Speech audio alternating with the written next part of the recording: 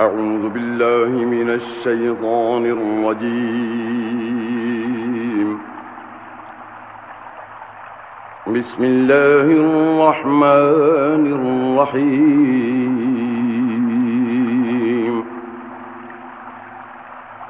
ربما يود الذين كفروا لو كانوا مسلمين ذرهم يأكلوا ويتمتعوا ويلههم الأمل فسوف يعلمون. وما أهلكنا من قرية إلا ولها كتاب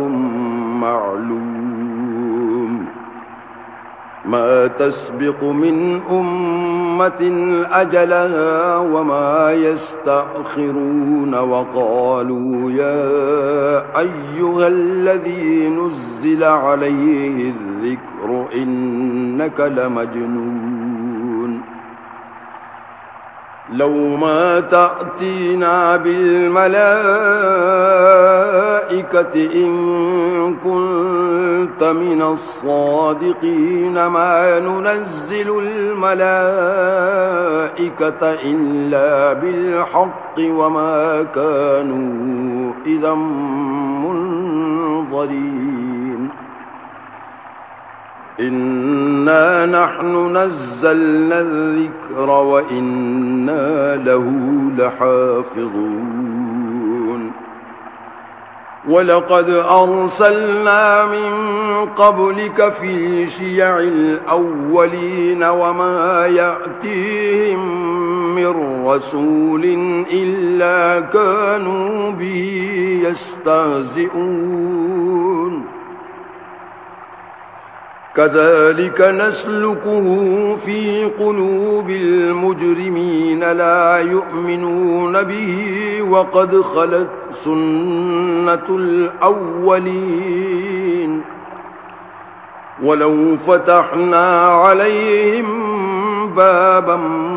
من السماء فظلوا فيه يعرجون لقالوا إنما سكرت أبصارنا بل نحن قوم مسحورون. ولقد جعلنا في السماء بروجا وزيناها للناظرين وحفظناها من كل شيطان رجيم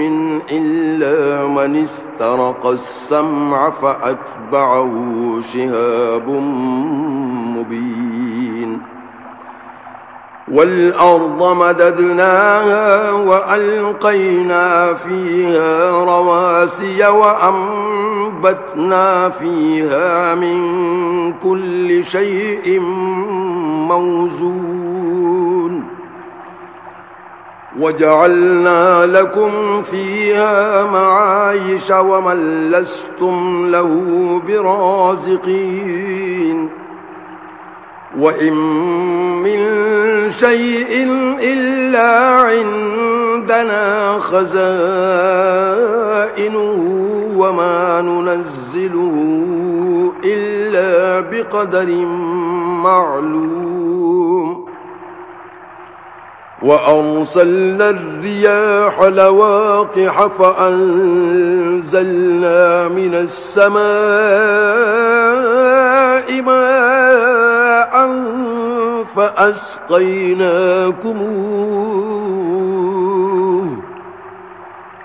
وما أنتم له بخازنين.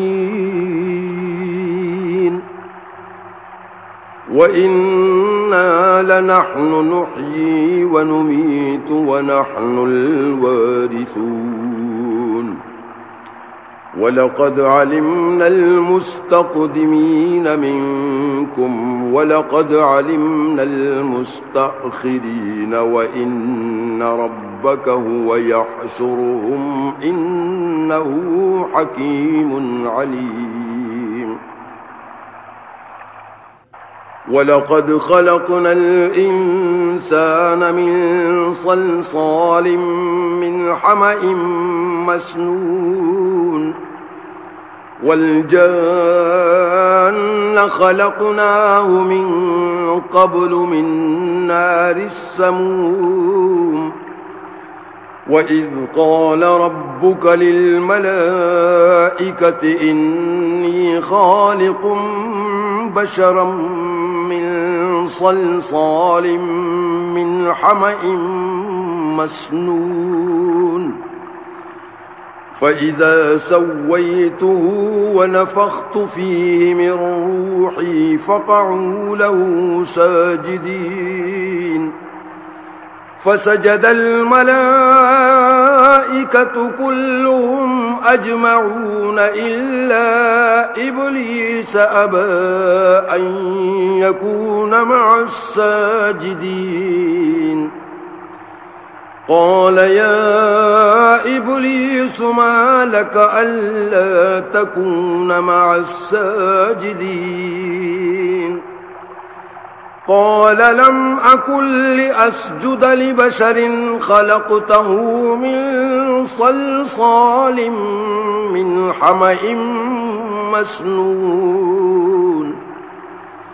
قال فاخرج منها فإنك رجيم وإن عليك اللعنة إلى يوم الدين قال رب فأنظرني إلى يوم يبعثون قال فإنك من المنظرين إلى يوم الوقت المعلوم قال رب بما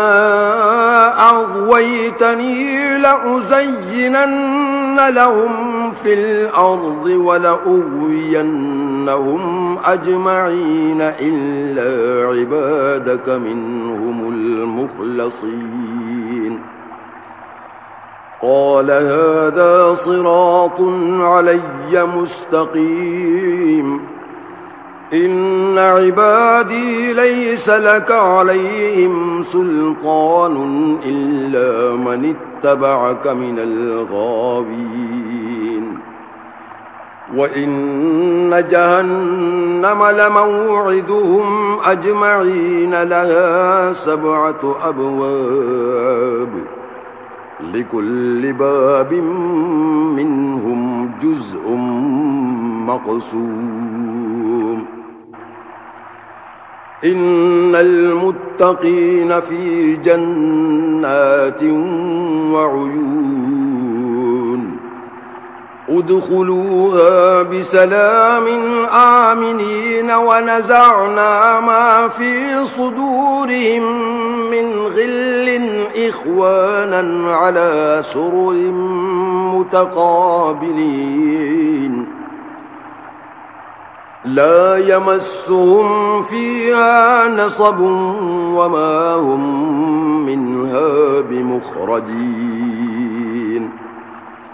نبئ عبادي أني أنا الغفور الرحيم وأن عذابي هو العذاب الأليم ونبئهم عن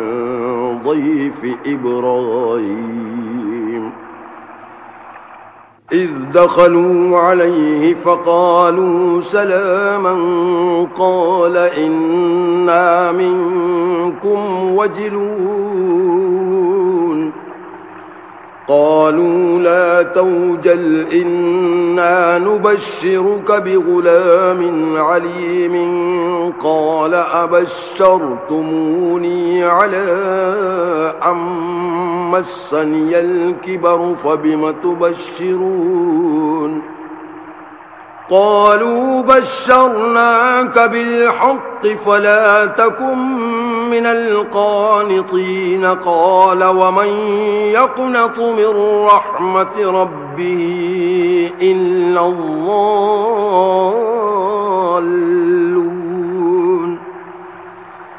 قال فما خطبكم أيها المرسلون قالوا إنا أرسلنا إلى قوم مجرمين إلا آل لوط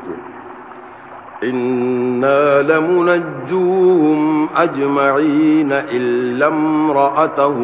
قدرنا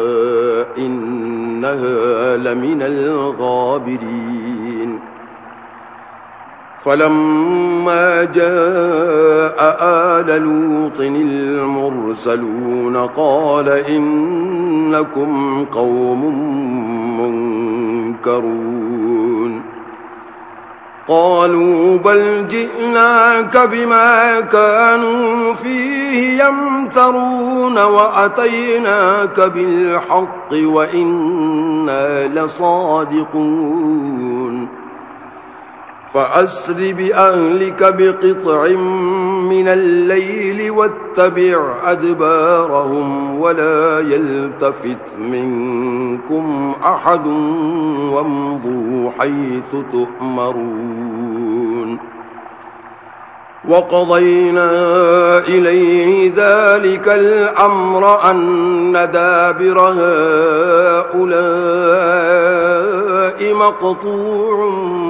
مصبحين وجاء أهل المدينة يستبشرون قال إن هؤلاء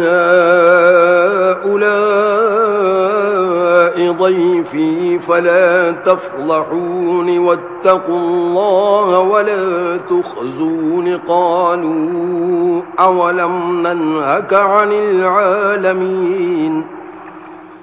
قال هؤلاء بناتي إن كنتم فاعلين لعمرك إنهم لفي سكرتهم يعمهون فأخذتهم الصيحة مشرقين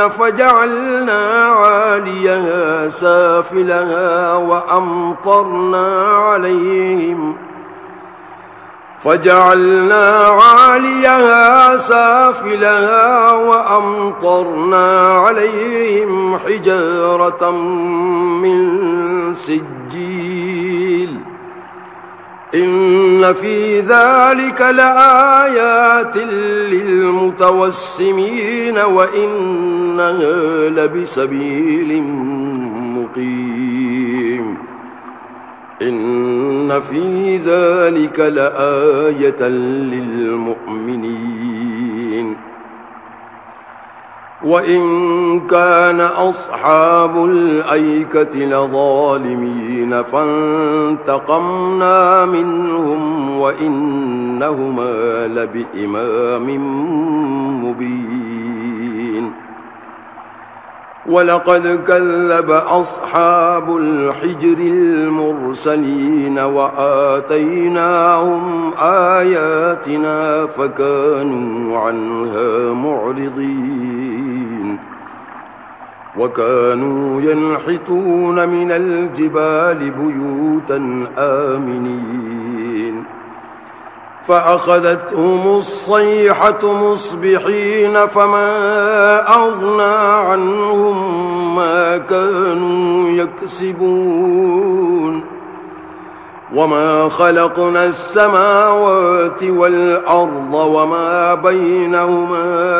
إلا بالحق وإن الساعة لآتية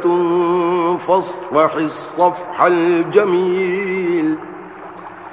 إن ربك هو الخلاق العليم ولقد آتيناك 7 من المثاني والقرآن العظيم لا تمدن عينيك إلى ما متعنا به أزواجا منهم ولا تحزن عليهم واخفض جناحك للمؤمنين وقل إني أنا النذير المبين كما أنزلنا على المقتسمين الذين جعلوا القرآن عضين فوربك لنسألنهم أجمعين عما كانوا يعملون فاصدع بما تؤمر وأعرض عن المشركين إنا كفيناك المستهزئين الذين يجعلون مع الله إلها آخر فسوف يعلمون ولقد نعلم أنك يضيق صدرك بما يقولون فسبح بحمد ربك وكن من الساجدين واعبد ربك حتى يأتيك اليقين بسم الله الرحمن الرحيم أتى أمر الله فلا تستعجلوه سبحانه وتعالى عما يشركون ينزل الملائكة بالروح من أمره على من يشاء من عباده أن أنذروا أنه لا إله إلا أنا فاتقون خلق السماوات والأرض بالحق تعالى عما يشركون خلق الإنسان من نطفة فإذا هو خصيم مبين والأنعام خلقها لكم فيها دفء ومنافع ومنها تأكلون ولكم فيها جمال حين تريحون وحين تسرحون وتحمل أثقالكم إلى بلد لم تكونوا بالغيه إلا بشق الأنفس إن ربكم لرؤوف رحيم والخيل والبغال والحمير لتركبوها وزينة ويخلق ما لا تعلمون وعلى الله قصد السبيل ومنها جائر ولو شاء لهداكم أجمعين هو الذي أنزل من السماء ماء لكم منه شراب ومنه شجر فيه تسيمون ينبت لكم به الزرع والزيتون والنخيل والأعناب ومن كل الثمرات إن في ذلك لآية لقوم يتفكرون وسخر لكم الليل والنهار والشمس والقمر والنجوم مسخرات بأمره إن في ذلك لآيات لقوم يعقلون وما ذرأ لكم في الأرض مختلفا ألوانه إن في ذلك لآية لقوم يذكرون وهو الذي سخر البحر لتأكلوا منه لحما طريا وتستخرجوا منه حلية تلبسونها وترى الفلك مواخر فيه ولتبتغوا من فضله ولعلكم تشكرون وألقى في الأرض رواسي أن تميد بكم وأنهارا وسبلا لعلكم تهتدون وعلامات وبالنجم هم يهتدون أفمن يخلق كمن لا يخلق أفلا تذكرون وإن تعدوا نعمة الله لا تحصوها إن الله لغفور رحيم والله يعلم ما تسرون وما تعلنون والذين يدعون من دون الله لا يخلقون شيئا وهم يخلقون أموات غير أحياء وما يشعرون أيان يبعثون إلهكم إله واحد فالذين لا يؤمنون بالآخرة قلوبهم منكرة وهم مستكبرون لا جرم أن الله يعلم ما يسرون وما يعلنون إنه لا يحب المستكبرين وإذا قيل لهم ماذا أنزل ربكم قالوا أساطير الأولين ليحملوا أوزارهم كاملة يوم القيامة ومن أوزار الذين يضلونهم بغير علم ألا ساء ما يزرون قد مكر الذين من قبلهم فأتى الله بنيانهم من القواعد فخر عليهم السقف من فوقهم وأتاهم العذاب من حيث لا يشعرون ثم يوم القيامة يخزيهم ويقول أين شركائي الذين كنتم تشاقون فيهم قال الذين أوتوا العلم إن الخزي اليوم والسوء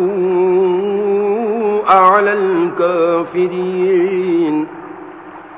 الذين تتوفاهم الملائكة ظالمي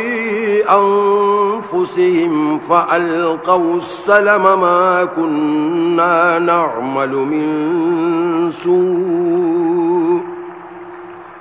بلى إن الله عليم بما كنتم تعملون فادخلوا أبواب جهنم خالدين فيها فلبئس مثوى المتكبرين وقيل للذين اتقوا ماذا أنزل ربكم قالوا خيرا للذين أحسنوا في هذه الدنيا حسنة ولدار الآخرة خير ولنعم دار المتقين جنات عدن يدخلونها تجري من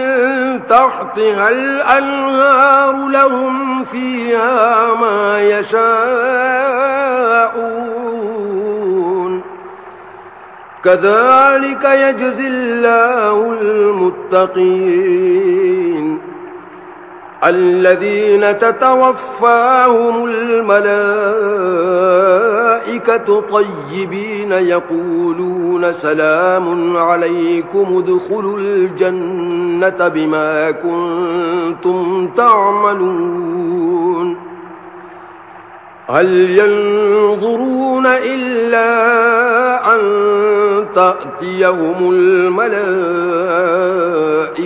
أو يأتي أمر ربك كذلك فعل الذين من قبلهم وما ظلمهم الله ولكن كانوا أنفسهم يظلمون فأصابهم سيئات ما عملوا وحاق بهم ما كانوا به يستهزئون وقال الذين أشركوا لو شاء الله ما عبدنا من دونه من شيء نحن ولا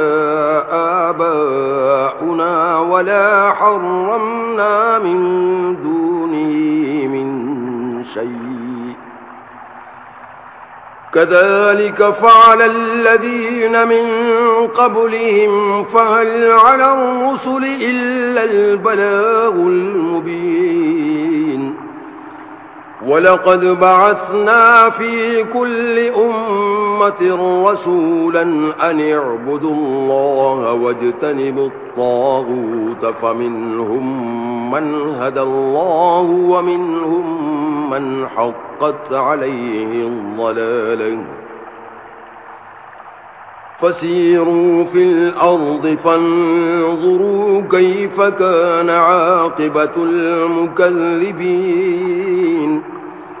إن تحرص على هداهم فإن الله لا يهدي من يضل وما لهم من ناصرين وأقسموا بالله جهد أيمانهم لا يبعث الله من يموت بلى وعدا عليه حقا ولكن أكثر الناس لا يعلمون ليبين لهم الذي يختلفون فيه وليعلم الذين كفروا أنهم كانوا كاذبين إنما قولنا لشيء إذا أردناه أن نقول له كن فيكون والذين هاجروا في الله من بعد ما ظلموا لنبوئنهم في الدنيا حسنة ولأجر الآخرة أكبر لو كانوا يعلمون الذين صبروا وعلى ربهم يتوكلون وما أرسلنا من قبلك إلا رجالا نوحي إليهم فاسألوا أهل الذكر إن كنتم لا تعلمون بالبينات والزبر وأنزلنا إليك الذكر لتبين للناس ما نزل إليهم ولعلهم يتفكرون أفأمن الذين مكروا السيئات أن يخسف الله بهم الأرض أو يأتيهم العذاب من حيث لا يشعرون أو يأخذهم في تقلبهم فما هم بمعجزين أو يأخذهم على تخوف فإن ربكم لرؤوف رحيم أولم يروا إلى ما خلق الله من شيء يتفيأ ظلاله عن اليمين والشمائل سجدا لله وهم داخرون ولله يسجد ما في السماوات وما في الأرض من دابة والملائكة وهم لا يستكبرون يخافون ربهم من فوقهم ويفعلون ما يؤمرون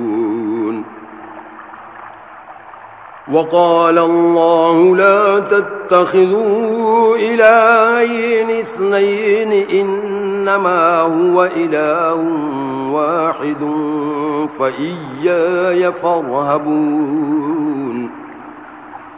وله ما في السماوات والأرض وله الدين واصبا أفغير الله تتقون وما بكم من نعمة فمن الله ثم إذا مسكم الضر فإليه تجأرون ثم إذا كشف الضر عنكم إذا فريق منكم بربهم يشركون ليكفروا بما آتيناهم فتمتعوا فسوف تعلمون ويجعلون لما لا يعلمون نصيبا مما رزقناهم تالله لتسألن عما كنتم تفترون ويجعلون لله البنات سبحانه ولهم ما يشتهون وإذا بشر أحدهم بالأنثى ظل وجهه مسودا وهو كظيم يتوارى من القوم من سوء ما بشر به أيمسكه على هون أم يدسه في التراب ألا ساء ما يحكمون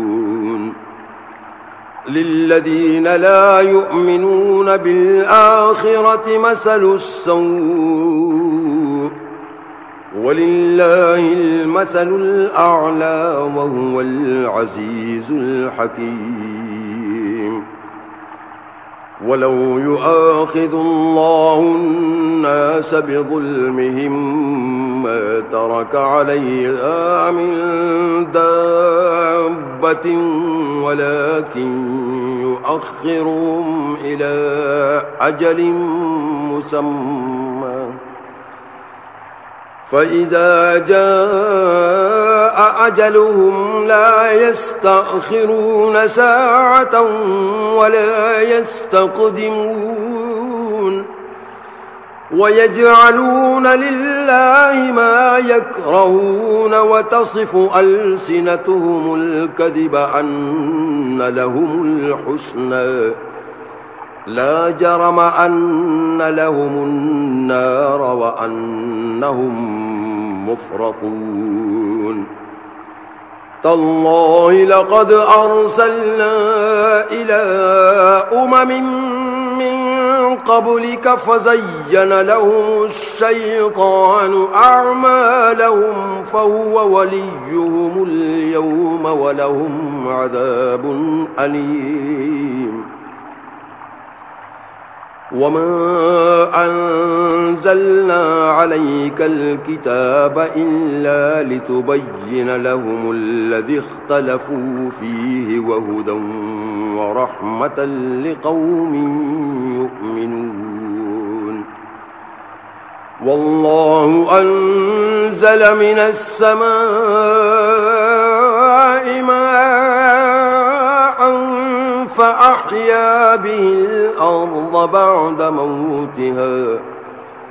إن في ذلك لآية لقوم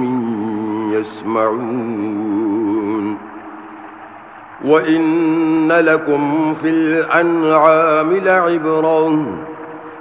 نسقيكم مما في بطونه من بين فرث ودم لبنا خالصا سائغا للشاربين ومن ثمرات النخيل والأعناب تتخذون منه سكرا ورزقا حسنا إن في ذلك لآية لقوم يعقلون وأوحى ربك إلى النحل أن اتخذي من الجبال بيوتا ومن الشجر ومما يعرشون ثم كلي من كل الثمرات فاسلكي سبل ربك ذللا يخرج من بطونها شراب مختلف ألوانه فيه شفاء للناس إن في ذلك لآية لقوم يتفكرون والله خلقكم ثم يتوفاكم ومنكم من يرد إلى أرذل العمر لكي لا يعلم بعد علم شيئا إن الله عليم قدير والله فضل بعضكم على بعض في الرزق فما الذين فضلوا براد رزقهم على ما ملكت أيمانهم فهم فيه سواء أفبنعمة الله يجحدون والله جعل لكم من أنفسكم أزواجا وجعل لكم من أزواجكم بنين وحفدة ورزقكم من الطيبات أفبالباطل يؤمنون وبنعمة الله هم يكفرون ويعبدون من دون الله ما لا يملك لهم رزقا من السماوات والأرض شيئا ولا يستطيعون فلا تضربوا لله الأمثال إن الله يعلم وأنتم لا تعلمون ضرب الله مثلا عبدا مملوكا لا يقدر على شيء ومن رزقناه منا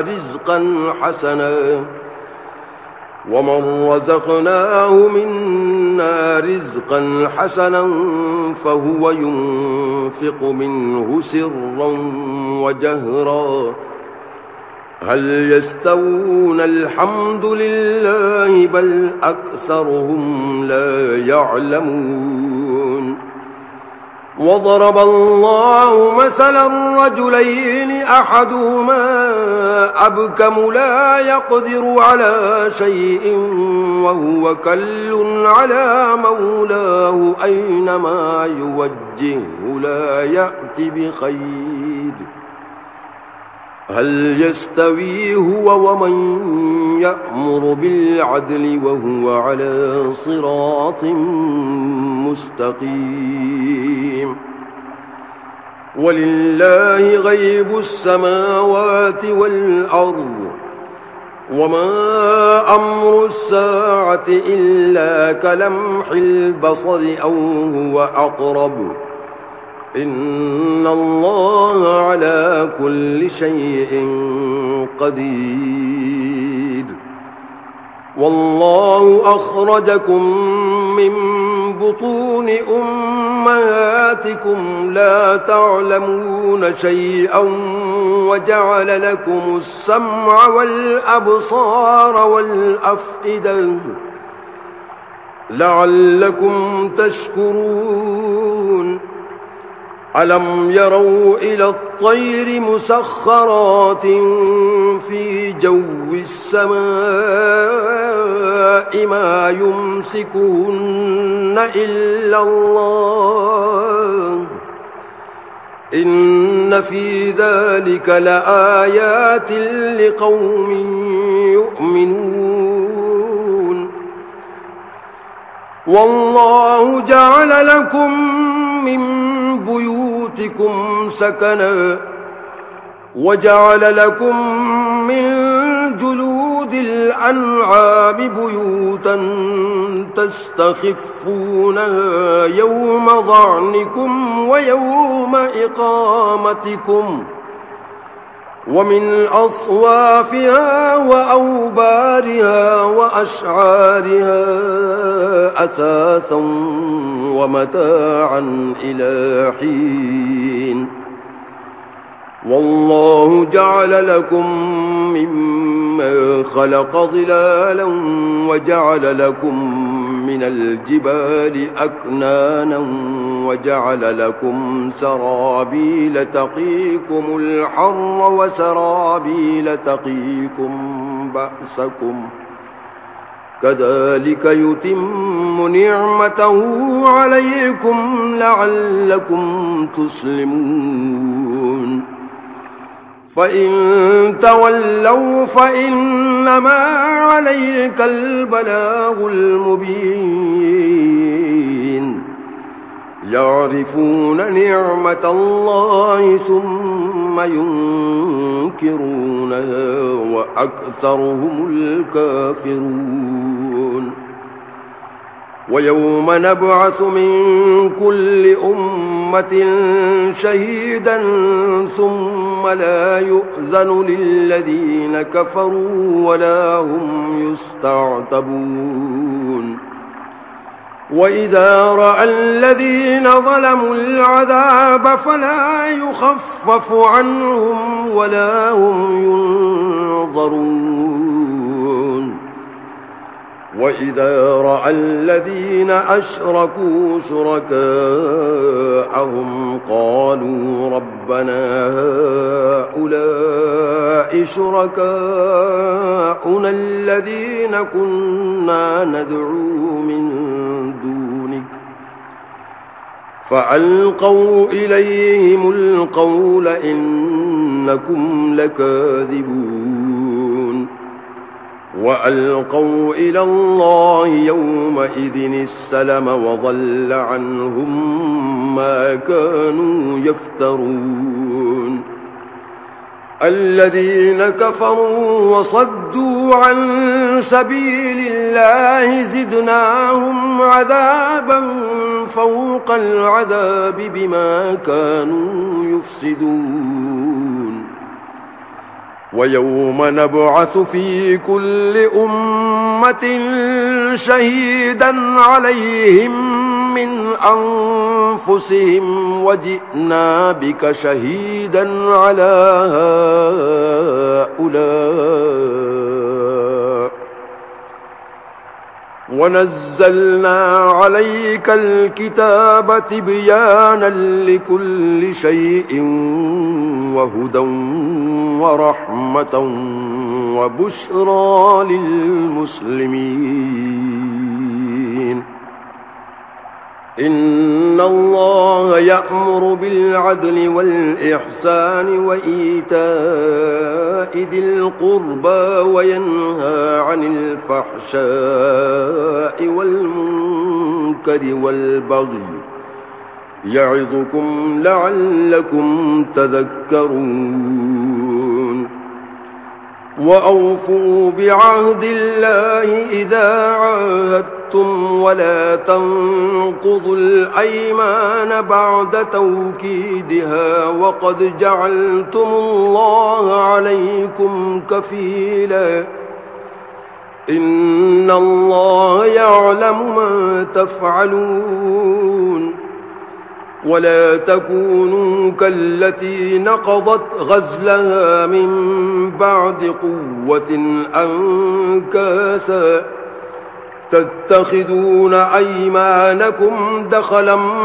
بينكم أن تكون أمة هي أربى من أمة إنما يبلوكم الله به وليبينن لكم يوم القيامة ما كنتم فيه تختلفون ولو شاء الله لجعلكم أمة واحدة ولكن يضل من يشاء ويهدي من يشاء ولتسألن عما كنتم تعملون ولا تتخذوا أيمانكم دخلا بينكم فتزل قدم بعد ثبوتها وتذوقوا السوء بما صددتم عن سبيل الله ولكم عذاب عظيم ولا تشتروا بعهد الله ثمنا قليلا إنما عند الله هو خير لكم إن كنتم تعلمون ما عندكم ينفد وما عند الله باق ولنجزين الذين صبروا أجرهم بأحسن ما كانوا يعملون من عمل صالحا من ذكر أو أنثى وهو مؤمن فلنحيينه حياة طيبة ولنجزينهم أجرهم بأحسن ما كانوا يعملون فإذا قرأت القرآن فاستعذ بالله من الشيطان الرجيم إنه ليس له سلطان على الذين آمنوا وعلى ربهم يتوكلون إنما سلطانه على الذين يتولونه والذين هم به مشركون وإذا بدلنا آية مكان آية والله أعلم بما ينزل قالوا إنما أنت مفتر بل أكثرهم لا يعلمون قل نزله روح القدس من ربك بالحق ليثبت الذين آمنوا وهدى وبشرى للمسلمين ولقد نعلم أنهم يقولون إنما يعلمه بشر لسان الذي يلحدون إليه أعجمي وهذا لسان عربي مبين إن الذين لا يؤمنون بآيات الله لا يهديهم الله ولهم عذاب أليم إنما يفتري الكذب الذين لا يؤمنون بآيات الله وأولئك هم الكاذبون من كفر بالله من بعد إيمانه إلا من أكره وقلبه مطمئن بالإيمان ولكن من شرح بالكفر صدرا فعليهم غضب من الله ولهم عذاب عظيم